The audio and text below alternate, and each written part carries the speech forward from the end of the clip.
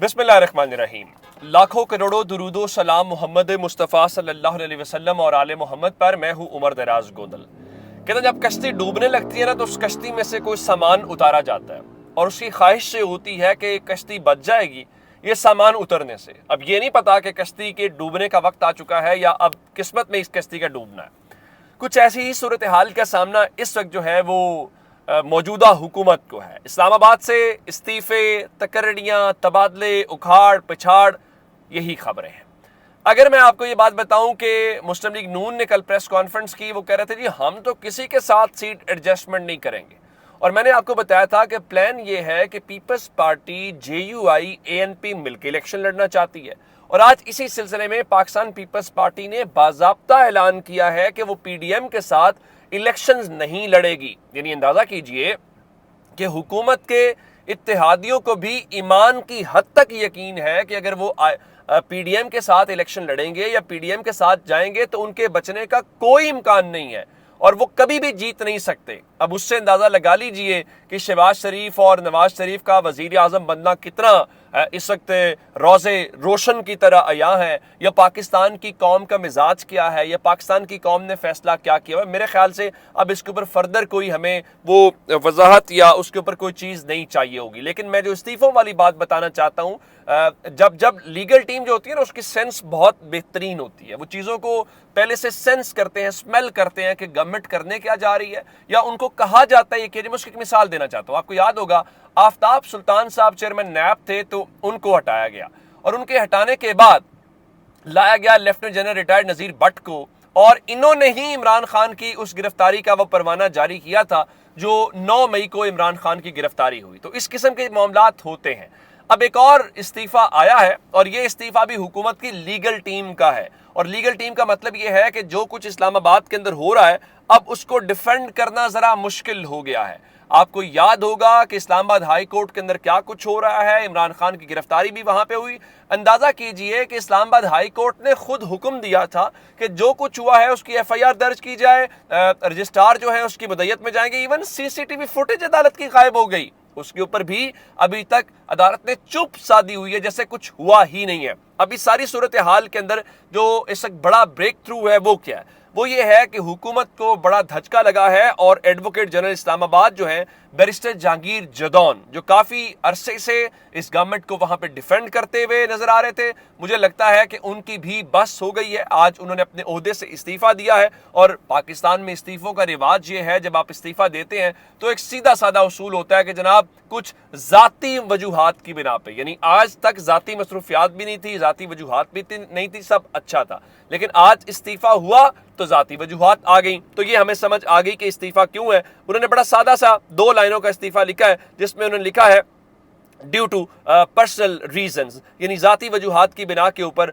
वो अपने ओहदे से इस्तीफ़ा दे रहे हैं। बिल्कुल ठीक है। अब जिस तरह मैंने आपको शुरू में बताया कि पीपल्स पार्टी अपनी तरफ सोच रही है, वो कह रहे जी हमने इनके साथ आइंदा मिलकर इलेक्शन नहीं लड़ना, तो जरदारी की ज़रा लाहौर की तरफ दौड़ लगी है क्योंकि लाहौर के ऊपर सब नज़रें हैं। और ये लाहौर में आने का मतलब ये होता है कि टेस्ट लगाते हैं मुस्लिम लीग नून को कि वो हमारे साथ क्या ताउन करे। और पीपल्स पार्टी इस वक्त मुस्लिम लीग नून को और इस्टेब्लिशमेंट को तासुर देती है इमरान खान के करीब जाने का, कि हम इमरान खान के करीब जाने लगे, हम इमरान खान से अलायंस बनाने लगे हैं। वजह क्या है कि अपनी बार्गेनिंग पोजीशन बेहतर करते हैं और ये सबको रियलाइजेशन है कि इमरान खान एक रियलिटी है और उस रियलिटी को इस वक्त जो है वो डिनाई नहीं किया जा सकता। इस वक्त जो है वो लाहौर में डेरे जमाने का जो मुमकिन फैसला है वो उन्होंने किया है और बताया गया है कि अब पिछली दफा लगाए गए जो पीपल्स पार्टी के झंडे हैं उसके ऊपर भी वो नाराज हो गए थे, जी हमारे झंडे नहीं लगे। आजकल तो लाहौर के अंदर एक ही पार्टी के झंडे लग रहे हैं और वो है इस्तेहकाम पाकिस्तान पार्टी। अब इसको इस्तेहकाम पाकिस्तान पार्टी नहीं कहना चाहिए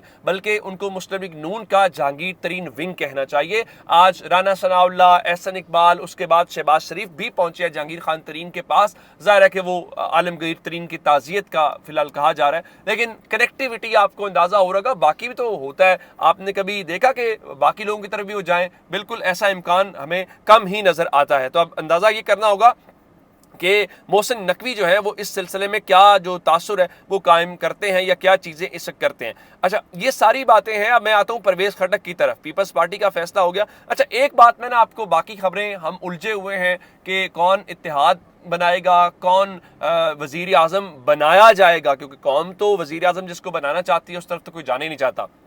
اس سب کے بیچ میں میں ایک خبر دینا چاہتا ہوں جو بطور پاکستانی ہم سب کو سوچنا چاہیے. دیکھیں, شہباز شریف نے بھی متحدہ عرب امارات UAE کے کافی وزٹ کیے ہیں, سعودی عرب کے بھی وزٹس کیے ہیں. آج انڈین وزیر اعظم جو ہے وہ آپ جانتے ہیں کہ وہ فرانس میں تھا اور وہاں سے وہ آج UAE پہنچا ہے اب سے تھوڑی دیر پہلے. اور آپ کو پتہ ہے کہ اس کا استقبال کس نے کیا ہے؟ UAE کے یعنی ابوظہبی کے جو ولی عہد ہیں انہوں نے وہاں پہ جا کے ایئرپورٹ کے اوپر اس کا استقبال کیا ہے. اور آپ کیا کر رہے ہیں؟ آپ تجربات کر رہے ہیں, آپ پلس مائنس کر رہے ہیں. آپ ہماری اللہ ماشاء اللہ سپریم کورٹ جو ہے وہ آبادی کنٹرول کر رہی ہے. پاکستان کے جو ڈیفنس کے ادارے ہیں وہ کاشتکاری کے حوالے سے انقلاب لانا چاہتے ہیں.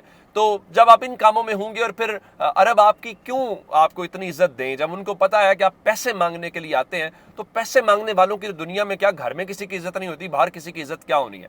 تو نریندر مودی کا جو کچھ ہے وہ آپ ویژولز دیکھ کے آپ کو اندازہ ہو جائے گا. لیکن ہم کن چکروں میں لگے ہوئے ہیں کہ اس کو یہاں سے توڑ دیں اور اس کو وہاں سے توڑ لیں. اب میں پرویز خٹک کی خبر دے کے پھر میں آپ کو خفیہ ایجنسی والی خبر دیتا ہوں. پرویز خٹک کے متعلق بہت ساری خبریں, ایک تو عمران خان سے متعلق انہیں خود اپنی وضاحت دینی پڑی اور پھر انہوں نے بیان دیا, ان کا جی میں نے عمران خان کے خلاف کوئی بیان نہیں دیا, اگر مجھے سٹیٹمنٹ دینی ہوگی تو میں خود سے دوں گا, میڈیا والے اسپیکولیٹ نہ کریں, جھوٹی خبریں نہ پھیلائیں. بالکل ٹھیک ہے. لیکن اب خبر آج ایکسپریس نیوز بھی بریک کر رہا ہے, باقی میڈیا چینلز بھی بریک کر رہے ہیں جی پرویز خٹک جو ہے نا ان کی ایک کال ہے جی, وہ رابطے ہیں جی, کالیں پکڑی بھی جائیں تو ان کا کیا فائدہ. وہ کہتے ہیں پرویز خٹک سمیت PTI چھوڑنے والے سینئر سیاستدانوں کے لیگی قیادت سے رابطے. یعنی اندازہ کریں کہ PDM کے اپنے اتحادی مسلم لیگ نون کے ساتھ الیکشن نہیں لڑنا, پتہ ہے پٹ جائیں گے, عوام میں جائیں گے. لیکن پرویز خٹک مسلم لیگ نون میں آ کے پتہ نہیں کون سا مارکا بتایا گیا جناب کہ پنجاب خیبر پختونخوا سے رابطے ہوئے ہیں, پرویز خٹک کو لے کے امیر مقام بھی راضی ہو گئے ہیں. تو جیسے ہی معاملات طے پائیں گے شہباز شریف اور مریم نواز کی موجودگی میں وہ مسلم لیگ نون کے اندر شمولیت کا اعلان کریں گے. بالکل کریں. عمران خان کو جب آپ نے چھوڑ دیا, جب عمران خان نے اس کے بعد آپ کی پارٹی رکنیت ٹرمینیٹ کر دی, اب آپ مسلم لیگ نون کیوں پیپلز پارٹی میں واپس چلے جائیں جہاں سے آئے. اب عمران خان کا تو مسئلہ نہیں ہے, اور عمران خان نے یہ بات کی تھی کہ میرے لیے پارٹی عہدے چھوڑنے والے اور پارٹی چھوڑنے والے دونوں برابر ہیں, جو مشکل میں کھڑے نہیں ہو سکتے. جس طرح رؤف حسن نے بڑی دلچسپ بات کی کہ جب کشتی ڈوب رہی تھی, جنہوں نے چھلانگیں لگائی خود ڈوبے یا نہیں ڈوبے, انہوں نے کم از کم تحریک انصاف کو ضرور مضبوط کر دیا. اب آتے ہیں خفیہ ایجنسی والے. حکومت جاتے جاتے بڑی اہم اپوائنٹمنٹس کرنے لگی ہوئی ہے, کچھ چیزیں بھی کر رہے ہیں. ہوا کیا ہے کہ حساس ادارہ ہے انٹیلیجنس بیورو IB. یہ ظاہر ایک انٹیلیجنس سویلین ایجنسی ہے جو پرائم منسٹر کو رپورٹ کرتی ہے. اس کے ایڈیشنل جو ڈائریکٹر جنرل ہیں IB فواد اسد اللہ خان, ایک تو ان کے کانٹریکٹ میں 3 سال کی توسیع کر دی گئی ہے, اور ان کو ساتھ ہی اب جو سربراہ کے طور پہ یعنی ڈائریکٹر جنرل IB کے طور پہ ان کی وہ خدمات سر انجام دیں گے, اور یہ تعیناتی 3 سال کے لیے. اب فواد اسد اللہ خان کے متعلق بتایا گیا ہے یہ IB کے جو پہلے افسر ہوں گے جو اس ادارے سے ہیں, یعنی آپ یوں سمجھیے کہ جو اس ادارے سے اوپر وہ آنے والوں میں ہے. تو لیکن اصل امپورٹنٹ بات یہ ہے کہ حکومت اس قسم کی اپوائنٹمنٹس جاتے جاتے کر رہی ہے.